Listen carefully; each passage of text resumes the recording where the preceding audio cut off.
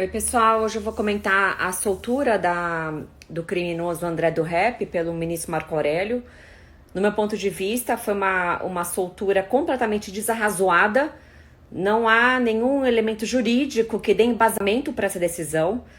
E ainda bem que o ministro Fux alterou a decisão, decretou a prisão, mas agora ele já fugiu, não adianta muito, né? Bem, esse André do Rap, ele é um dos maiores líderes do PCC, do primeiro comando da capital aqui de São Paulo.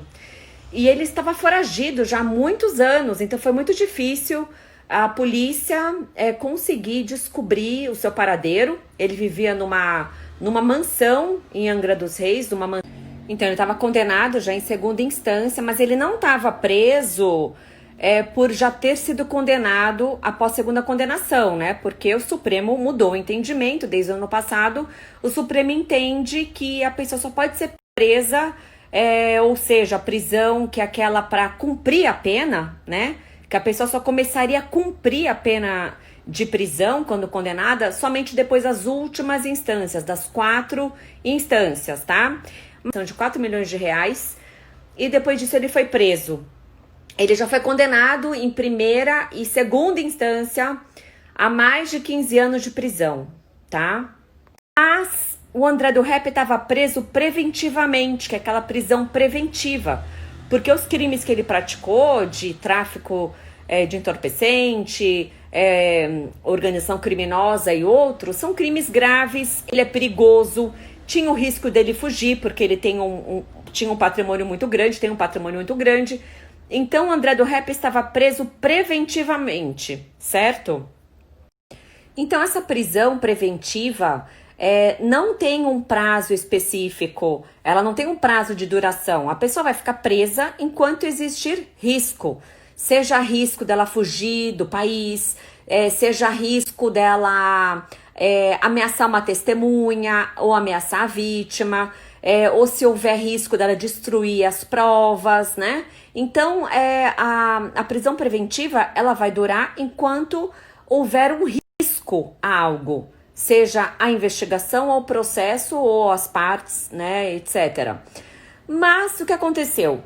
Quando o Congresso Nacional votou o projeto anticrime, que era o projeto do ex-ministro Sérgio Moro, foi inserido um artigo no artigo que fala da lei da prisão preventiva, que fala o seguinte, que a prisão preventiva a cada 90...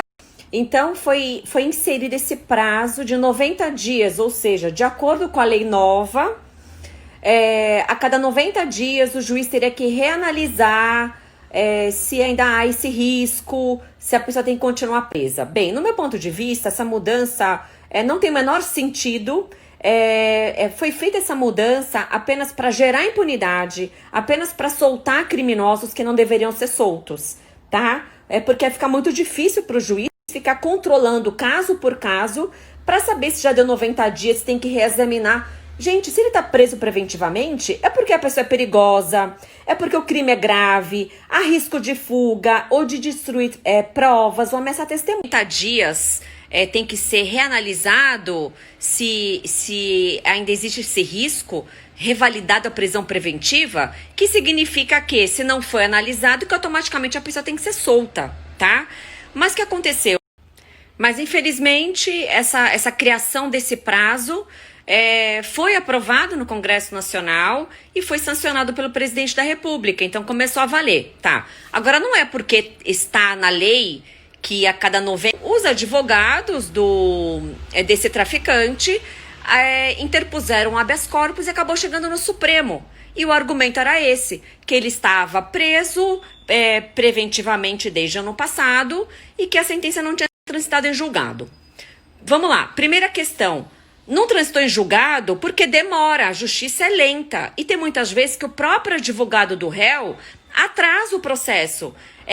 Além disso, o ministro Marco Aurélio, ele não podia analisar somente essa questão do prazo. Ele tinha que ver se haveria risco na soltura desse réu. Se haveria risco de fuga, como de fato aconteceu aconteceu, de fato ele fugiu, né? Se haveria risco dele continuar praticando crime, porque possivelmente ele ia continuar praticando crime. A pessoa que a vida inteira está praticando crime vai continuar na criminalidade. Então o ministro Marco Aurélio ele desconsiderou todas essas outras questões, porque a prisão preventiva ela existe para proteger a sociedade. Para proteger a sociedade de um criminoso, para afastá-lo da sociedade. Agora, ele não viu o lado da vítima, ele não viu o lado da sociedade. Ele apenas viu uma questão formal que não teve uma reanálise da prisão preventiva e soltou. E por que ele não fez essa reanálise? Ele deveria ter escrito, olha, veja. Outra coisa, o ministro Marco Aurélio nem determinou para colocar tornozeleira eletrônica nesse André do Rap. Como assim, gente? É um dos maiores líderes do PCC. Um traficante condenado já em primeira instância, em segunda instância, há mais de 15 anos, que tinha um patrimônio milionário, tá? E nem uma tornozeleira eletrônica. Ele disse lá, se comprometeu que ia ficar na casa dele no Guarujá. E o ministro Marco Aurélio confia num traficante desse, condenado em 2 instâncias? Então isso não teve o menor cabimento, essa decisão, o menor sentido. Ele não pensou que ele poderia fugir? Não passou pela cabeça dele? Enfim, ele foi solto na mesma hora, junto com o advogado, com o auxílio do advogado, que no meu ponto de vista isso configura crime. Isso é o crime de favorecimento pessoal, quando o advogado ajuda. Então ele saiu da penitenciária, foi direto para o Paraná, lá pegou um jatinho particular, né? E fugiu, foi para o Paraguai, agora parece estar na Colômbia, sabe? Agora fica a polícia trabalhando o máximo para localizar essa pessoa.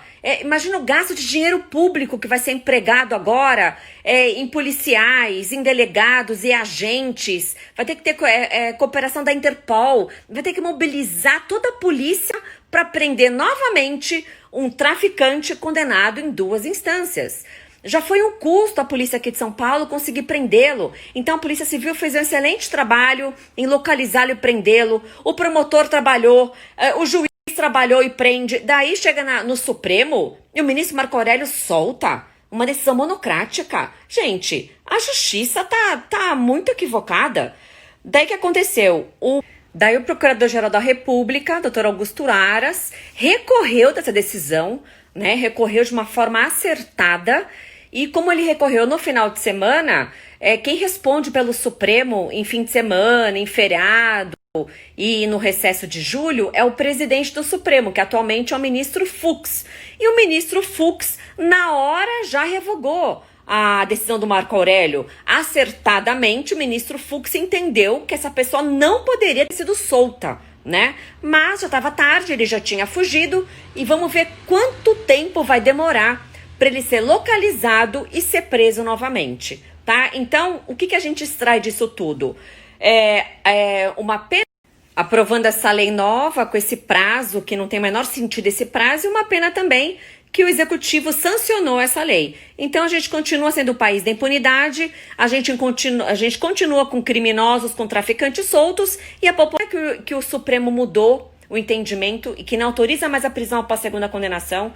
Uma pena que o Legislativo não fez um bom trabalho aprovando essa lei. Com essa situação fica desprotegida, né? Bem, pessoal, esse é o nosso sistema judiciário, né? Uma pena.